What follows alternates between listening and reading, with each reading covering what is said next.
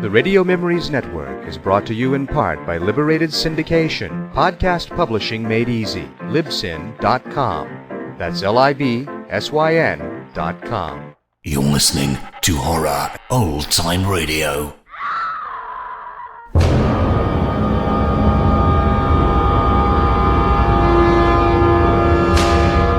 Frankenstein by Mary Shelley. Dramatized in 2 parts by Nick Stafford. Part 2. Frankenstein has been brought on board a ship bound for the North Pole. The creature he created has murdered his brother, and a young woman has hung for the crime, while Frankenstein remains silent. He tracks the creature to the mountains.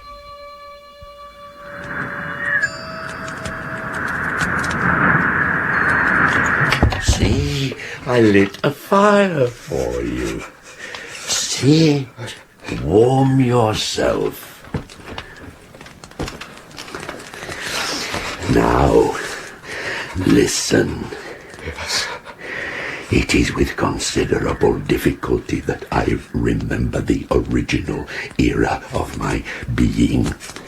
And it was a long time before I learned to distinguish between the operations of my senses. In the forest near Ingolstadt, I lay by the side of a brook until, tormented by hunger and thirst, I learnt to slake my thirst from the brook and ate some berries that were lying on the ground. Before I had quitted your apartment, I had covered myself with some clothes, but these did not fit. I was a poor, helpless, miserable wretch. I knew nothing. Soon, a gentle light stole over the heavens and gave me a sensation of pleasure. I struck off through the wood toward the rising sun, at length discovering open country. In the distance, I perceived a small hut, a sight new to me.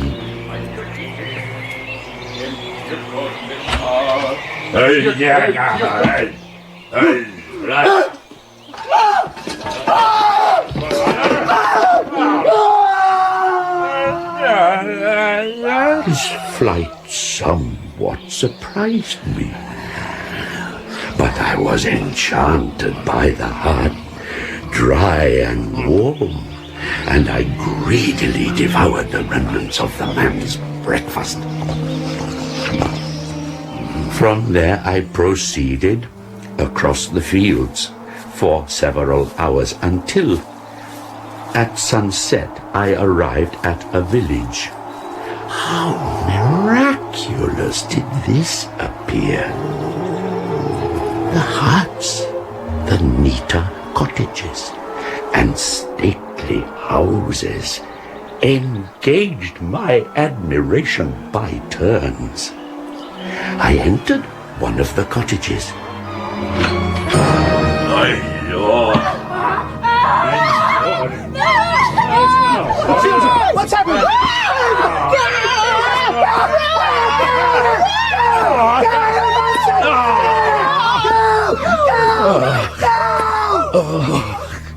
I ran for an age until I came across an isolated cottage with an adjoining hovel, wherein I took refuge from the inclemency of the season and still more from the barbarity of man. Fixing my eye to a crack in the door, I spied a small girl, meanly dressed in a coarse blue petticoat. Her fair hair was plaited. Agatha? I'm going for milk, Felix. Don't be long. The young man entered the cottage, and turning in my hovel, I found another crack through which I could spy the interior. Agatha has gone for milk, Grandfather. Yes, I know. I'm going for wood. When the girl returned with the milk, she sat down by the old man, and he, taking up an instrument, began to play.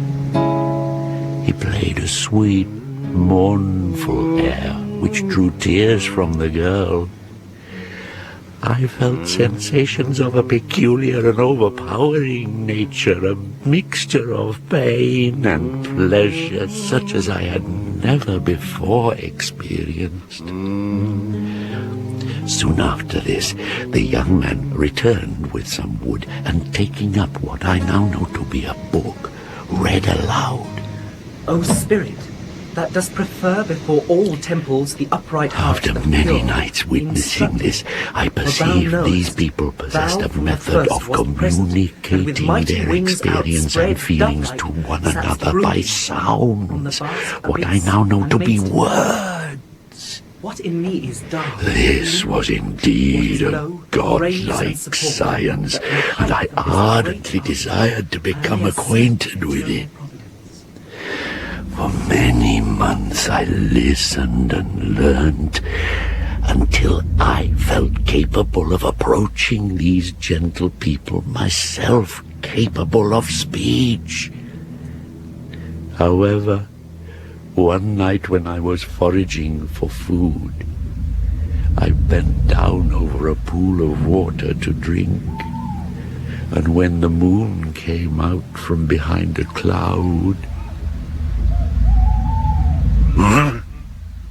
I twisted, thinking something fiendish behind me. There was nothing. Again I looked behind me, not comprehending what I saw in the pool. Oh, no! The first word I uttered.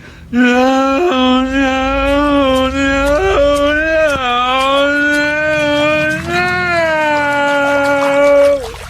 For the first time I realized I was a monster.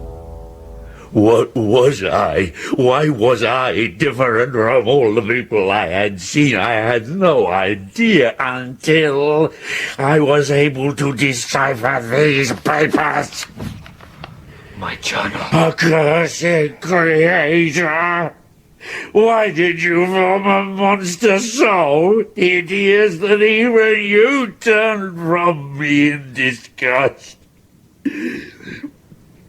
Still, there was one man who might not turn from me. The old man next door was blind.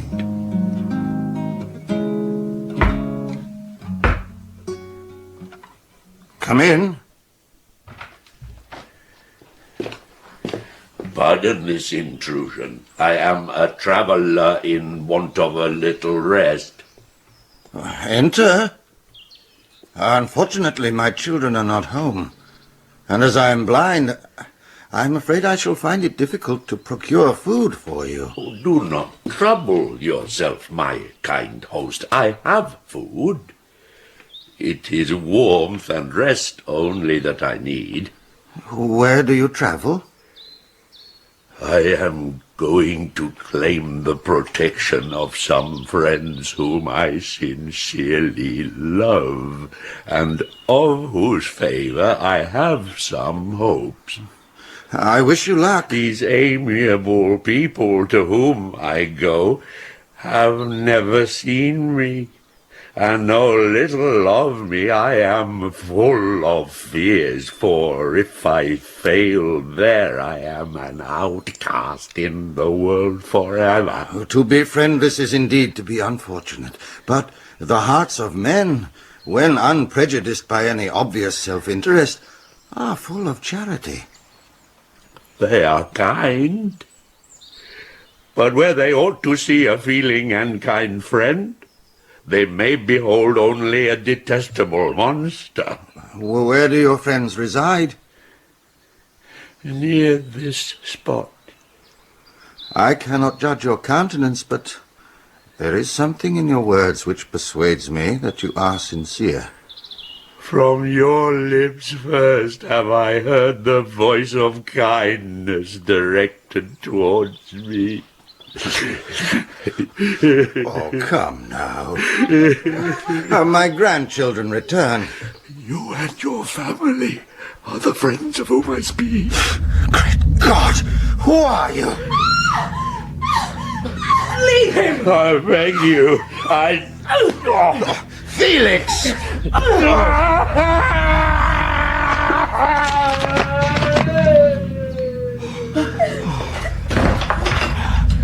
That branch! The monster broke it as if it were a twig! Monster? Cursed creator! Why did I live? Why in that instant did I not extinguish the spark of existence which you had so wantonly bestowed? Do not be frightened. I shall not harm you. When night came, I wandered in a wood, no longer restrained by the fear of discovery.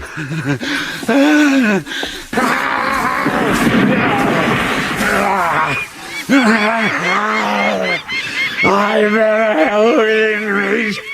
Listen, mankind! I declare everlasting war against your species, and most of all, against him who formed me and sent me forth to this insupportable misery. Frankenstein! I will spread havoc! I learned from the papers in my pocket that Geneva was your native town, and towards this place I resolved to proceed. I felt emotions of gentleness and pleasure revive within me. I'm coming to find you! She ran close to the river. Where are you?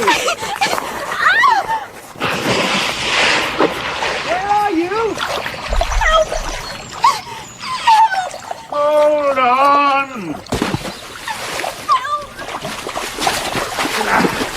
I have you.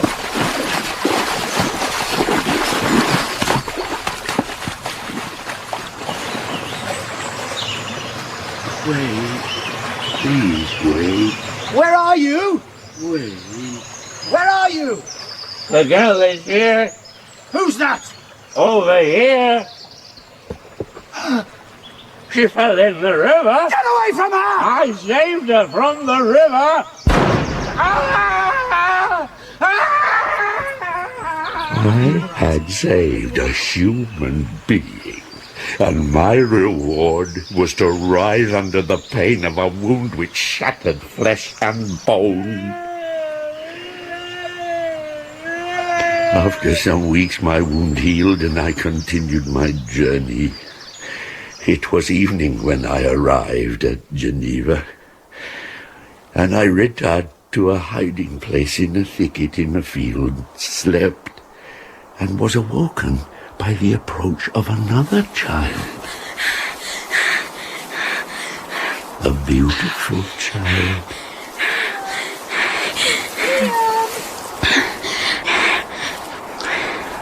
An idea seized me that this little creature might be unprejudiced and had lived too short a time to imbibe the horror of deformity.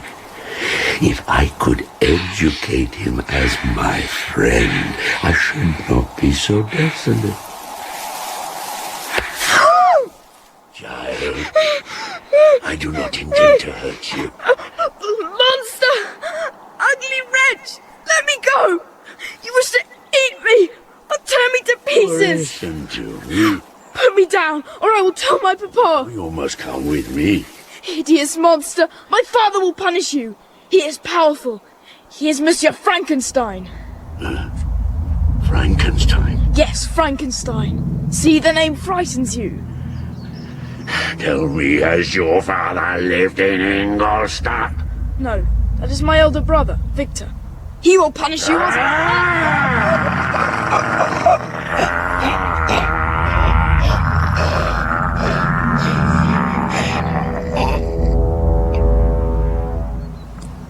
William? William is dead.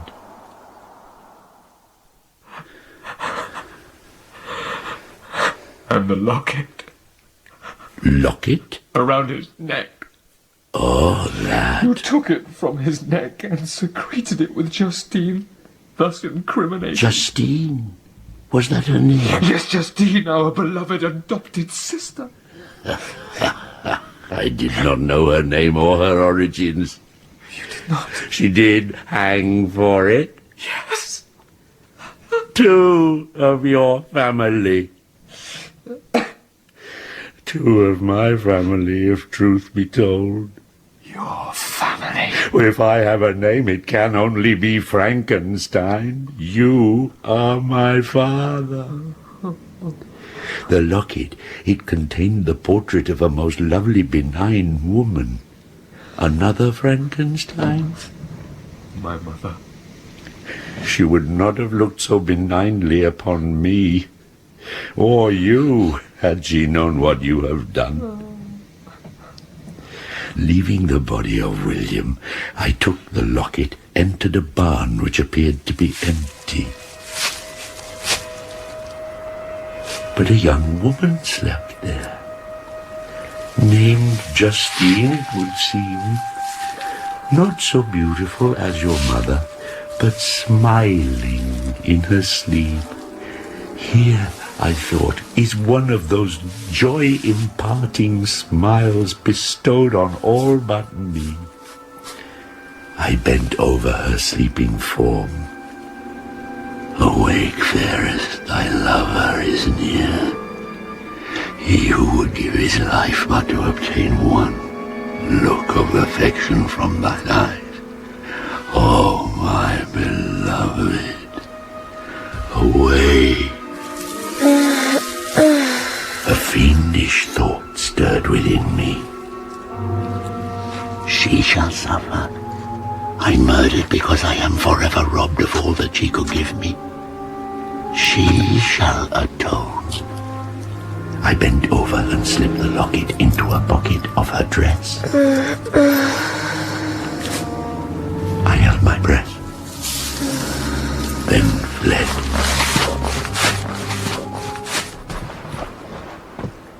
I am alone and miserable. Man will not associate with me.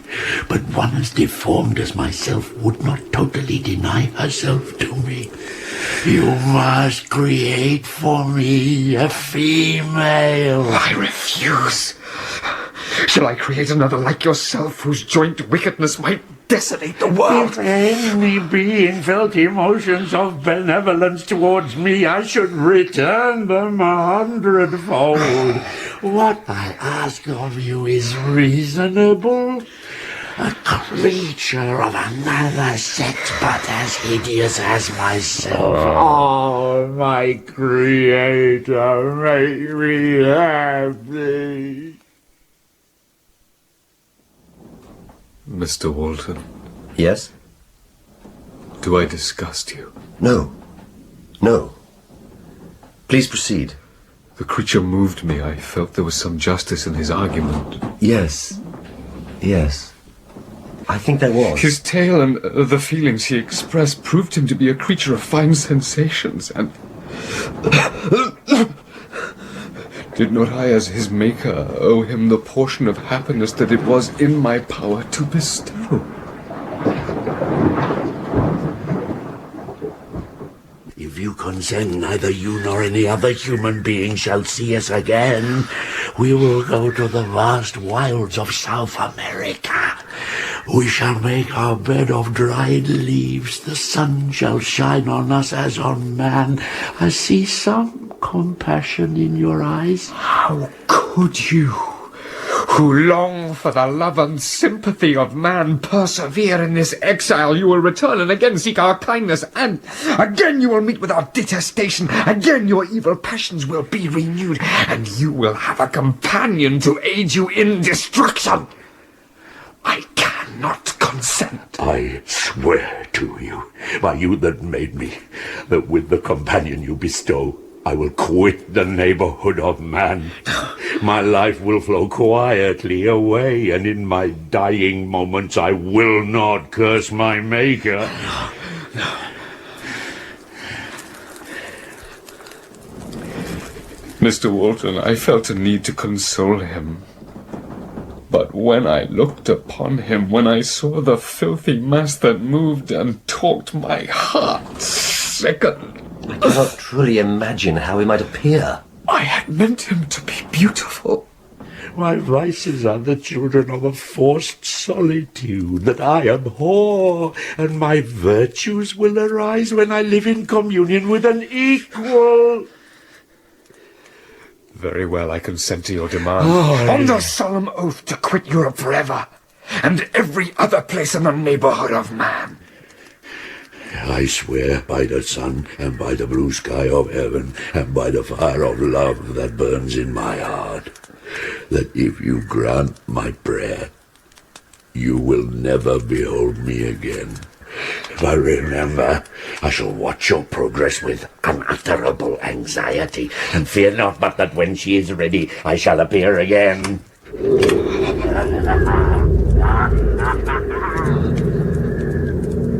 O stars and clouds and winds, crush sensation and memory. Let me become as naught. I'm happy to remark, my dear Victor, that you seem to be returning to yourself. It is true, Father. I do feel a little better. Yet you are still unhappy, and still sometimes avoid our society. I have conjectured on this, and an idea has struck me which I must put to you concerning the source of your present state. Oh? Do I alarm you? No. What is your idea? I confess I've always looked forward to your marriage with Elizabeth as the stay of my declining years. But now I wondered if you perhaps regard her as your sister, without any wish that she may become your wife. Oh. You may have met with another whom you love, and considering yourself bound in honour to Elizabeth, this struggle may occasion the poignant misery which you appear to feel. No, Father, be assured I love Elizabeth dearly. There is no other. Can I ask you, do you object to an immediate marriage?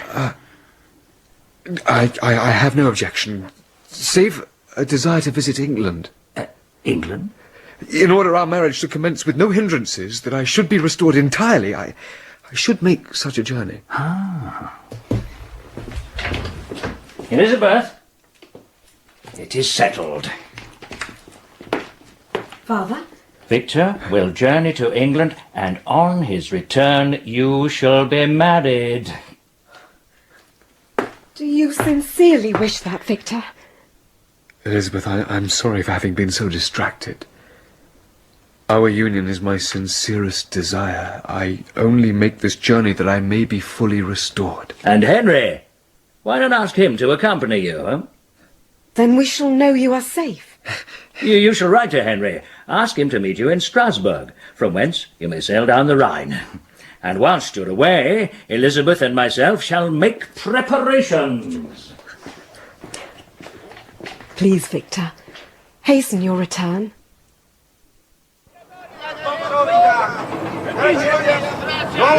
Friends tell me that we should stay a day at Mannheim and Mainz, and that after Mainz the river descends rapidly between steep hills of beautiful form, and there are many ruined castles and black woods, and it's the time of the vintage. Oh, this is what it is to live! But Victor, why are you so sorrowful? Beloved friend. It was a clear morning in the latter days of December that I first saw the white cliffs of England. So, Herr Clerval, you wish to learn the Indian languages? Yes, Mr. Habit. You see, I am sure that if I do, I shall be able to assist the progress of European colonization and trade. Well, I know someone who may be able to help you. Indeed. I shall introduce you to him. And you, Herr Frankenstein? I'm interested in anatomy, Mr. Habit. Really? Anatomy displeases you? It does not displease me, but I must admit this preoccupation with the interior workings of the human body chills me a little. What's inside should stay inside, to my mind. Oh, but by knowing anatomy, we may learn how to preserve life. Well, we're all going to die, and it's not for us to say how or when, or to preserve life beyond that which has been decided. I associate anatomy with grave robbing. Wrong of me, perhaps, but there you are. However, each to his own. I have the acquaintance of a fellow of the Royal College.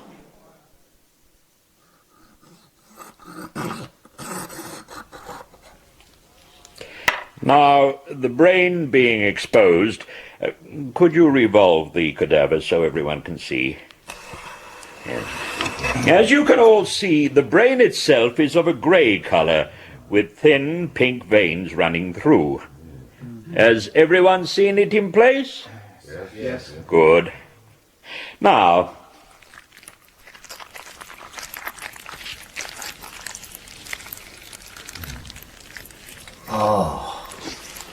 anyone is free to leave the theatre. Would someone be so kind as to remove and resuscitate him?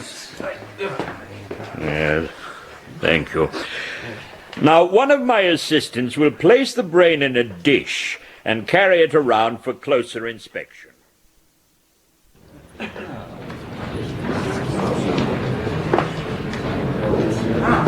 Professor Beaumont. Yes?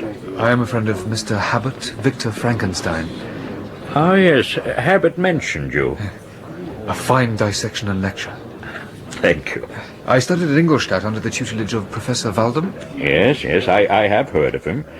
If there's any way I can be of assistance during your stay in England... Yes, there is. I mean to conduct some research for my own amusement more than any real purpose. I have my instruments with me, but of course, no material to work on. Yes, I see. I will pay whatever. Would you care to accompany me to my study? It's quieter there. I fixed on the remotest of the Orkneys. Hardly more than a rock whose high sides were continually beaten upon by the waves. It was a filthy process in which I was engaged. 3 years before, I was intent upon creating beauty, and had created a fiend whose unparalleled barbarity had desolated my heart. Who's there? Frankenstein, you are nearly finished. A ghastly grin wrinkled his lips as he gazed on me. Oh, bounteous Creator, I fall on my knees before you as a grateful son to a benevolent father. See how beautiful she will be. I shall love her, and she shall love me, and we shall be happy. I thought of how this happiness could be the end of mankind. Sickened, I took hold of his as yet lifeless mate.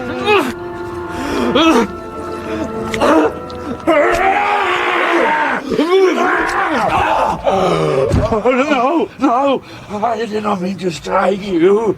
Put her back together, please. I love her. Please. You have destroyed her. Begone. You break your promise. I will never create You another destroy like my hopes. You had sworn to quit the neighborhood of man, but she had not. She might have hated you. She might have turned to the superior beauty of man. You would then have been again alone. She would not. You think she was beautiful? I should kill you.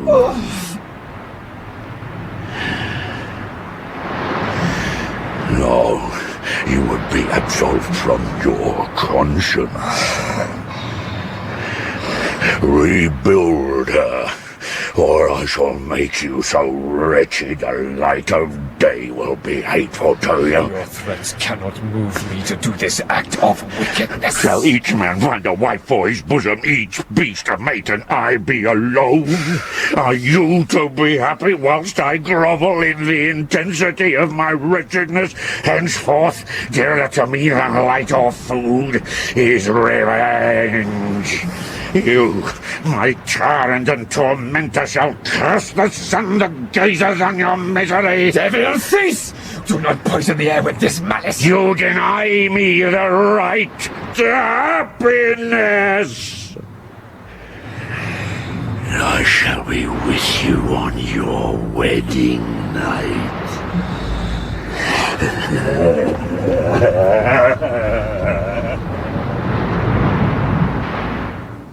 That then is the period fixed for the fulfillment of my destiny. In that hour, I shall die. The remains of the female creature lay scattered on the floor. I almost felt as if I had mangled the flesh of a human being. I placed it all in a basket with a quantity of stones. A small boat, you say?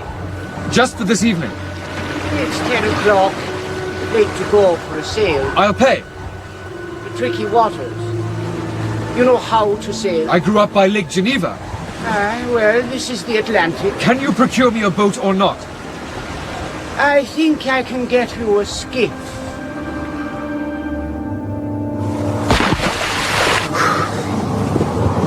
There. She is no more. Darken skies, blow wind, rise waves. The sea will be my grave. Fiend! I shall cheat you and die here!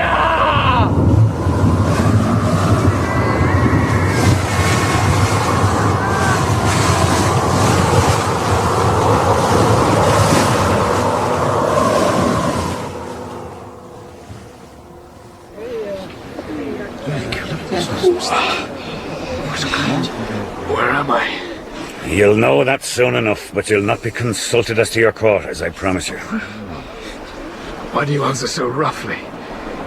Surely it is not the custom of Scotsmen to receive strangers so inhospitably. I don't know what the custom of the Scots may be, but it's the custom of the Irish to hate villains. Villains? You must follow me to Mr. Kerwin's to give an account of yourself. Who is Mr. Kerwin? A magistrate. Or just walk. We'll follow.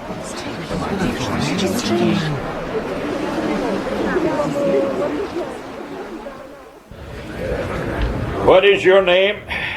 Frankenstein. Victor Frankenstein.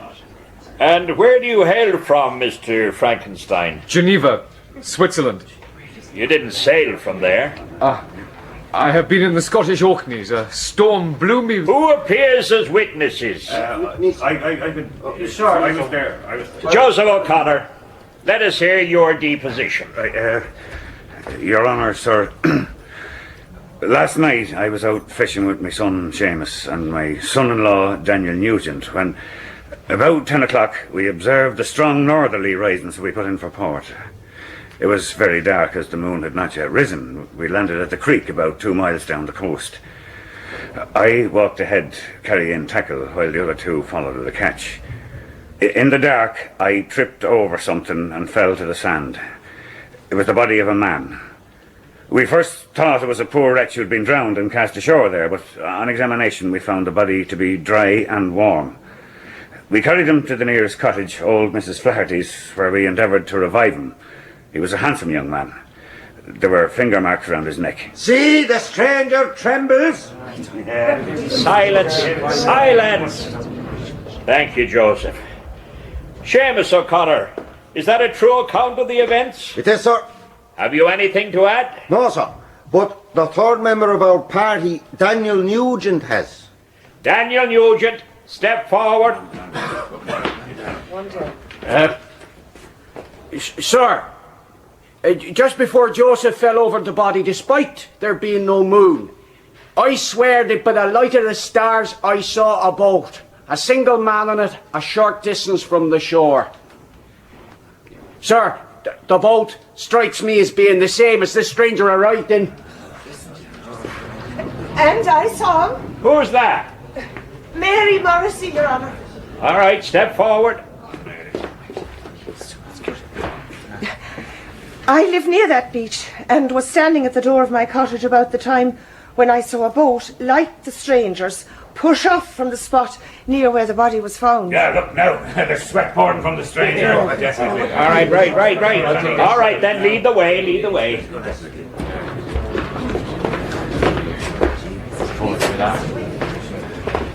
Now, Mr. Frankenstein, I shall enter first, then you follow. All right, come in, please. You ready? Yes. Then I shall remove the sheet.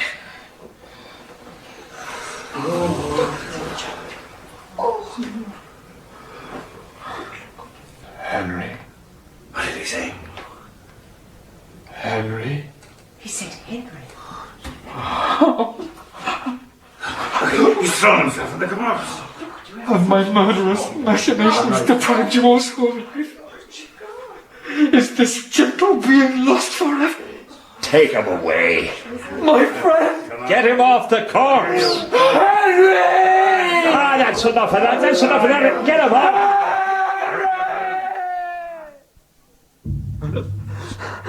I murdered William. I murdered Justine. I murdered Henry. He's babbling again. Does it all the time. Please, help me destroy the fiend. He has his fingers around my neck. Please. He says someone has their fingers around his neck. Please.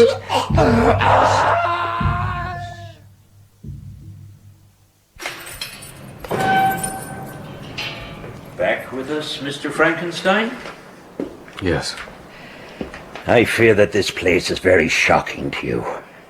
On the whole earth, there is no comfort I am capable of receiving. I know that the sympathy of a stranger can be but of little relief to one borne down as you are by so strange a misfortune. But you will, I hope, soon quit this melancholy abode, for I believe evidence will be forthcoming to free you from the charges. I think you were thrown by some accident on this shore, seized immediately and charged with murder, shown your friend whose body had been placed across your path. How do you know this? In the 2 months since your arrival, I have conducted an investigation. It seems you were in the Orkneys at the time of the murder. Obviously, you knew the victim, and I can only surmise the rest in order to make some sense of it. I do not believe it was an accident. Some fiend sought to harm you. Now, have you any idea as to his identity? I cannot think who might devise and be capable of committing such an act. Nor I. However, there is someone to see you. You carried some papers, letters. I wrote to your father. My father? He waits outside. Here? I shall send him in to you. Victor? Father. Oh, my son!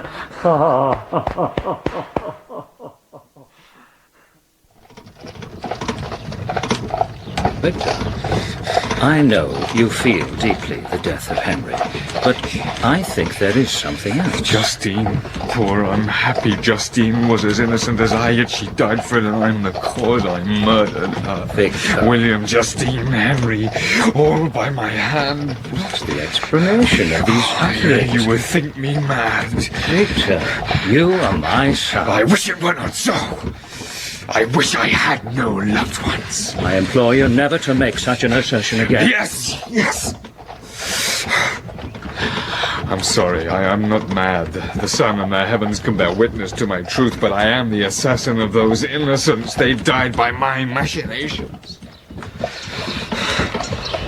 How is he? See for yourself. Victor?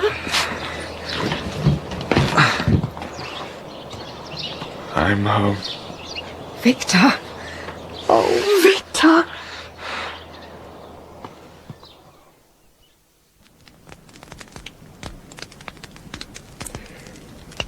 We have sat here for hours and you have neither spoken nor moved. I'm happy to be home. You are thin, Victor, and still a little feverish. You are also thinner. There is something gone from you, Victor, a spark. So much has happened. Too many miseries. Are we to live the rest of our lives like this? You are my only chance of happiness. Yet I have one secret. A dreadful one. What? A secret which, when revealed to you the day after our marriage, will have you wondering that I survived what I have endured. Is that a proposal? A clumsy one. Yes. I will marry you. I shall be with you on your wedding night. Take care! How's it, Butterfly? You look lovely! Take care! Bye-bye! Goodbye, son and daughter! Goodbye!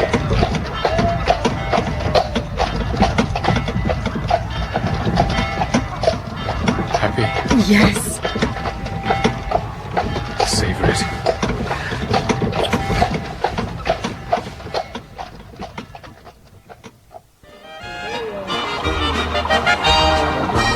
Signor Frankenstein and your wife, we received your reservation. The bridal suite is prepared. Thank you. The musicians, they are Austrians on a tour. They come every year. I'll have someone show you up. Will you take dinner in your suite? Shall we? Oh, yes. This way, please.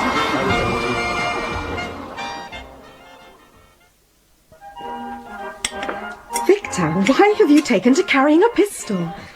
From experience, I believe it may be necessary. Nothing will harm us here. Let me be the judge of that.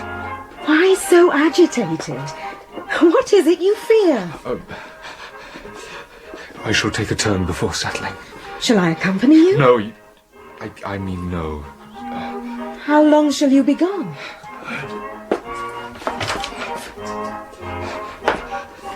I do love you, Elizabeth.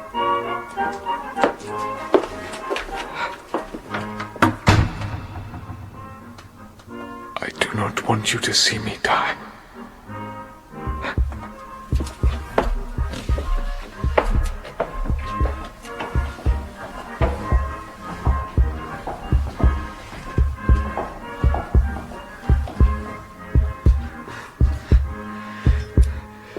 Come, demon.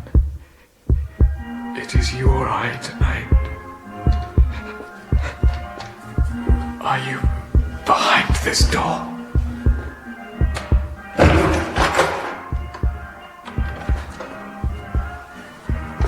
No.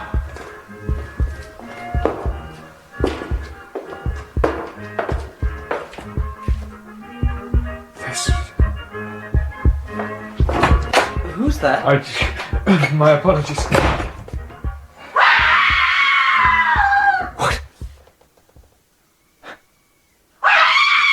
Elizabeth!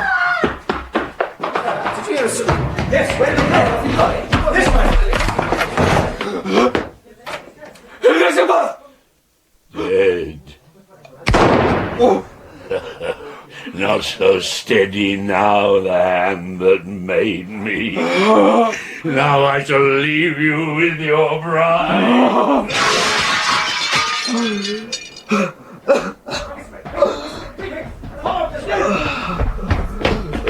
Signor Frankenstein. It should have been me. Oh my God. Who did this? The demon leapt through the window. Arm yourselves!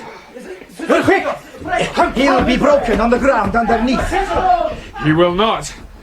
But it is 50 feet to the ground. Where are you going? I have to see my father. I will pay. Whatever it takes.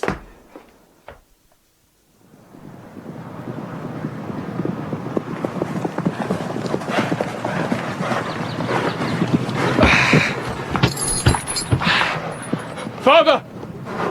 Father! Who's there? Father, you are safe. What are you talking about? Where is Elizabeth? Victor?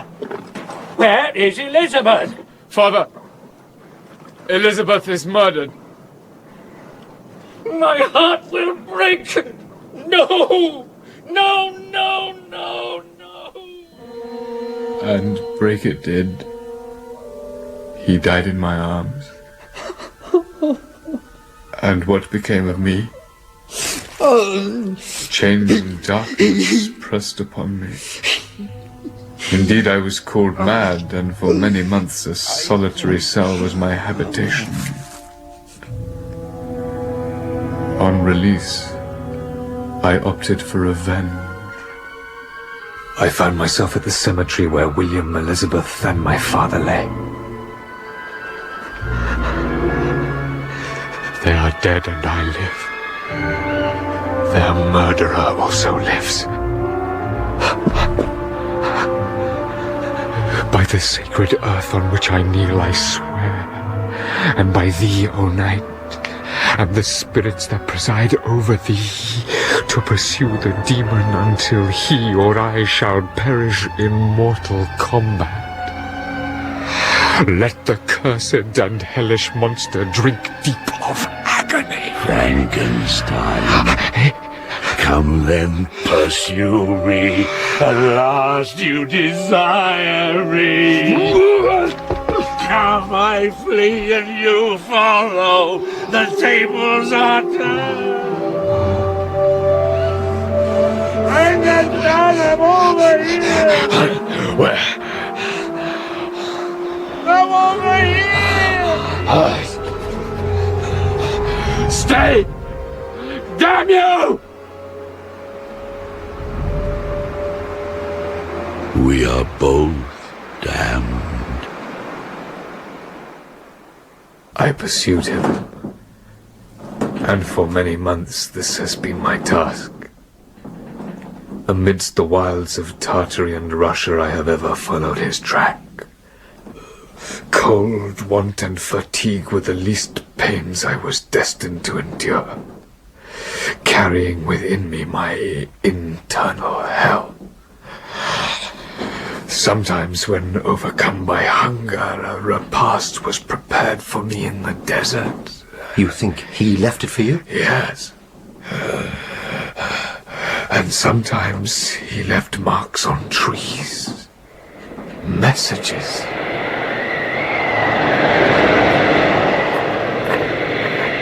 My reign is not yet over. You live and my power is complete. Follow me, my creator. Find just ahead of you a dead hare. Eat and be refreshed. Come on, my enemy.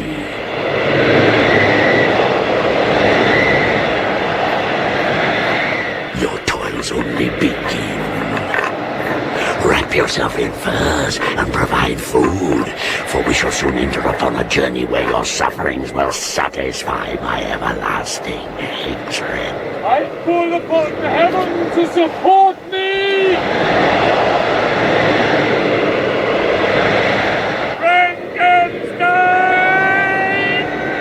Do not give up! The ice cracked. I was adrift. One by one my dogs died and were eaten.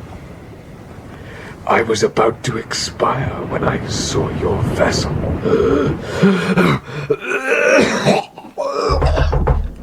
Who is it? Forgive my intrusion.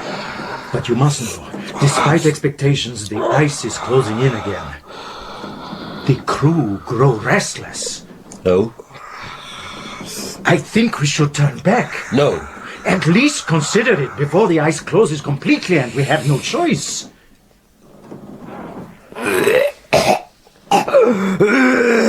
Thank you, Captain. I'll come up. Now.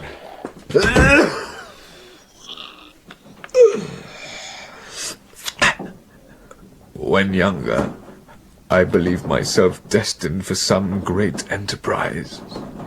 But all my speculations and hopes are nothing. I trod heaven in my thoughts. But how I am sunk, and my task is unfulfilled. Please, after I die, if he appear, swear that he shall not live. Thrust your sword into his heart. I will hover near and direct the steel aright. I shall do I know you have been writing this down. Tell it truly. Please. How did you make the creature? Are you mad?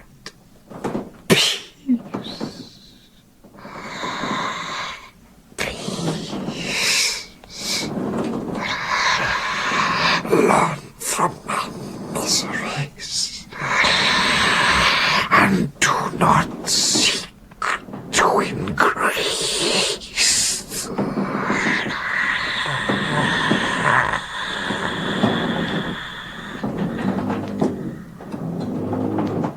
September the 15th. I go up on deck to collect my thoughts. Privately, I have decided to acquiesce to the crew and captain. I have lost my friend, and all my hopes of utility and glory. Mr. Walton, see the ice forward. And it truly closes in aft. As you may see for yourself. Frankenstein is dead.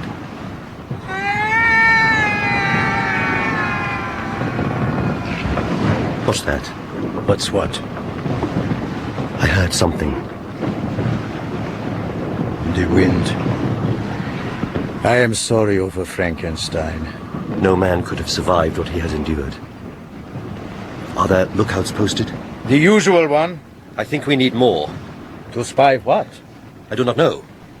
Then what shall I tell them to seek? Anything. Is there something I should know? Am I master of this ship? Yes, Mr. Walton.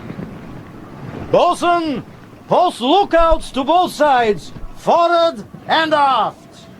Aye, aye, sir. And the ice? Turn the ship around. Helmsman, starboard, 180 degrees. Aye, aye, sir. The North Pole will have to wait.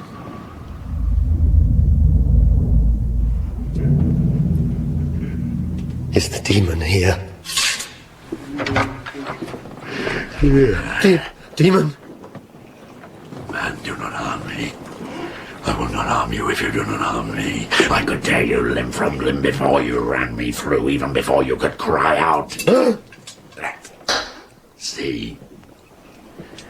I am here to weep and mourn. And if you make a movement or a noise, I shall kill you. Understand? Yes. He told you of me? The whole story. He called me demon. Amongst other things.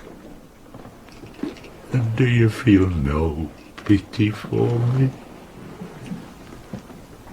No, you abhor me, but not as I abhor myself. I shall quit your vessel and seek the most northern extremity of the globe. I shall die. I shall no longer feel the agonies which now consume me. Death is my only consolation. Oh, Father, Once I falsely hoped to meet with beings who would love me. I was nourished with high hopes. But now crime has degraded me beneath the meanest animal. No guilt, no misery can be found equal to mine. I have murdered the lovely and the helpless. I have strangled the innocent. I shall build a funeral pyre and exult in the agony of the flames. The light of the conflagration shall fade away. The ashes shall be swept into the sea by the wind, and my spirit will sleep in peace. Or if it survives, it will not surely survive that. Farewell, Frankenstein. Farewell, my creator.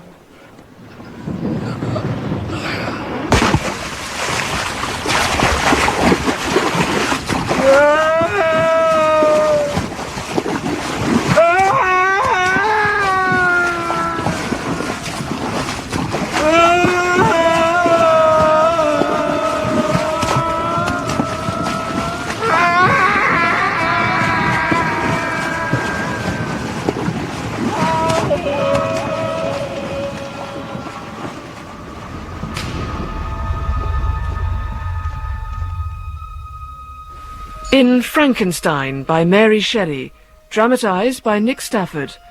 Frankenstein was played by Michael Maloney, The Creature by John Wood, and Walton by Philip Joseph. Elizabeth was played by Janice Chambers, Clerval by Paul Panting, Alphonse by Ted Richards, and William by Sam Crane.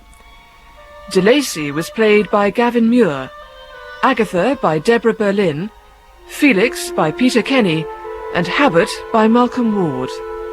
Kerwin was played by James Berwick, the Nurse by Annie Tobin, O'Connor by Peter Caffrey, Nugent by James Telfer, and the Captain by Neville Jason.